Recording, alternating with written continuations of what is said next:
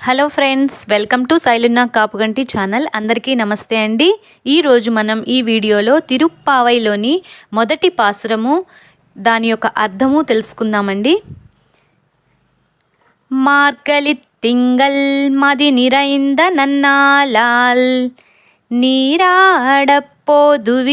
போதுமினோ நேரிலையீர் சீர் மல்கும் ஆயப்பாடி செல்வச் சிறுமீர்கால் கூர்வேல் கொடுந்தொலிலன் நந்த கோபன் குமரன் ஏராரந்த கன்னி யசோதை இளம் சிங்கம் கார்மேனிச் செங்கன் கதிர்மதியம் போல் முகத்தான் நாராயணனே நமக்கே பறை தருவான் பாரோர் புகழப் படிந்து ఏలోరెంబావాయ్.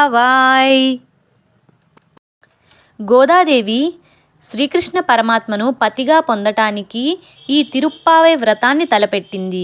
శ్రీవిల్లిపుత్తూరినే రేపల్లగా భావించి, అక్కడ ఉన్న వటపత్ర సాయినే శ్రీకృష్ణునిగా భావించి, తన స్నేహితురాళ్లను గోపికలుగా భావించి ధనుర్మాస వ్రతాన్ని ఆచరించింది. ఈ ఆచరణలో భాగంగా ఈ తిరుప్పావై వ్రతము విధానాన్ని అందరికీ తెలియాలి అనే ఒక సదుద్దేశంతో ఈ 30 పాసురాలను, తిరుప్పావైలోని 30 పాసురాలను మనకి అందించింది. అందులోని మొదటి పాసురాన్ని ఇప్పుడు మనం తెలుసుకున్నాం కదా. ఈ పాసురం యొక్క అర్థం ఏమంటే, ధనుర్మాస వ్రతం ఆచరించడానికి ఈ మార్గశీర్ష మాసం ఎంతో అనువైనది. శ్రీకృష్ణుని యొక్క అనుగ్రహాన్ని మనం పొందాలనుకున్న వారంతా రండి, ఈ వ్రతాన్ని, స్నానాన్ని ఆచరించదలసిన వాళ్ళందరూ తప్పక రండి అని తన స్నేహితురాళ్ళని గోదాదేవి పిలుస్తూ ఉంటుంది. ఈ సిరినోమును లోకంలో అందరూ ఆచరించాలని, వారి కోర్కెలను, అంటే సంతానం లేని వారికి సంతానం, సంపదలు కావాలని వాళ్ళకి సంపదలు, ఆరోగ్యం, సౌభాగ్యం పొందాలనుకున్న వాళ్ళు అందరూ కూడా ఈ వ్రతాన్ని తప్పకుండా ఆచరించాలి, అందరం కలిసి ఈ వ్రతాన్ని ఆచరిద్దాము రండి అని చెప్పి తన చెలికత్తెలని, అంటే తన స్నేహితురాళ్ళని పిలుస్తూ అందరికీ ఈ వ్రతం గురించి తెలియచేయాలని సదుద్దేశంతో గోదాదేవి అందరినీ పిలుస్తుంది. పదునైన ఆయుధంను ధరించి తన కొడుకును రక్షించుకొనుటకు హింసకు కూడా వెనుకాడని నందగోపుని యొక్క పుత్రుడైనటువంటి మన శ్రీకృష్ణుని పొందుటయే మనకు కావాలి. అంతేకాదు, ఎంతో సౌందర్యవతి మరియు విశాలములైన విప్పారిన కన్నులతో ఉన్నటువంటి మన యశోదాదేవి ముద్దుల తనయుడైన మన కన్నయ్య కోసమే ఈ వ్రతం చేద్దాము.